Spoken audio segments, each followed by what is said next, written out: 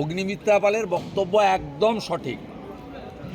মুসলিম ছেলে মেয়েদের ডাক্তার হওয়ার অধিকার আছে, লয়ার হওয়ার অধিকার আছে, ইঞ্জিনিয়ার হওয়ার অধিকার আছে।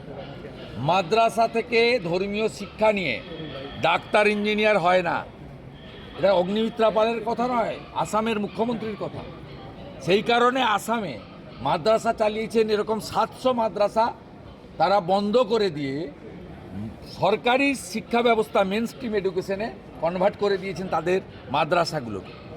আর এগুলো কোথায়? এই যে 7 শেখ ধরা পড়লো 1.5 বছর আগে হরিহরপাড়া, সে 1.5 বছর ধরে এখানে খাজেরি মাদ্রাসা চালাচ্ছে।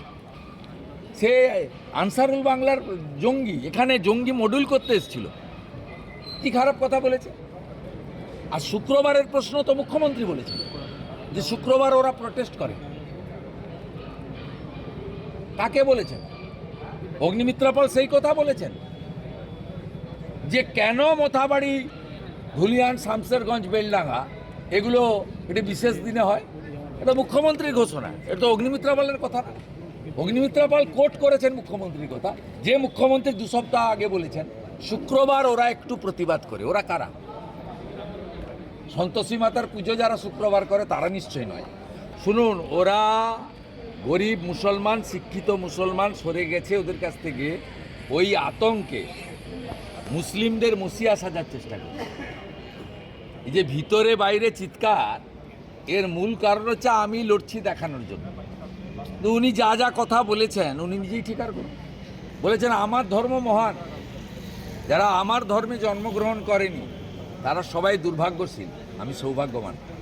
কে বলেছে? ফিরহাদ হাকিম। পাকিস্তানের সাংবাদিককে নিয়ে এসে তিনি বন্দরে গিয়ে বলেছেন যে ইহা ভি এক মিনি পাকিস্তানে কোন বলা থা। উনি তো এসব কথা বলেছেন।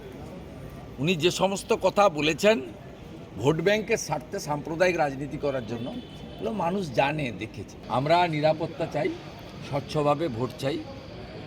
আমরা চাই 2024 এবং 21-এর মতো নির্বাচন যেন না হয়।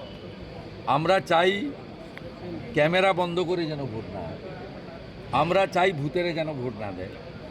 আমরা চাই সকালবেলা কোচবিহারে দিলাম, তারপরের দিন এসে মালদায় মেরে দিলাম, তার 3 দিন পরে এসে মুর্শিদাবাদে মেরে দিলাম, তারপরে এসে দক্ষিণ 24 পরগনায় দিলাম, ফাইনালি ভবানীপুরে ঝেড়ে দিয়ে চলে গেলাম।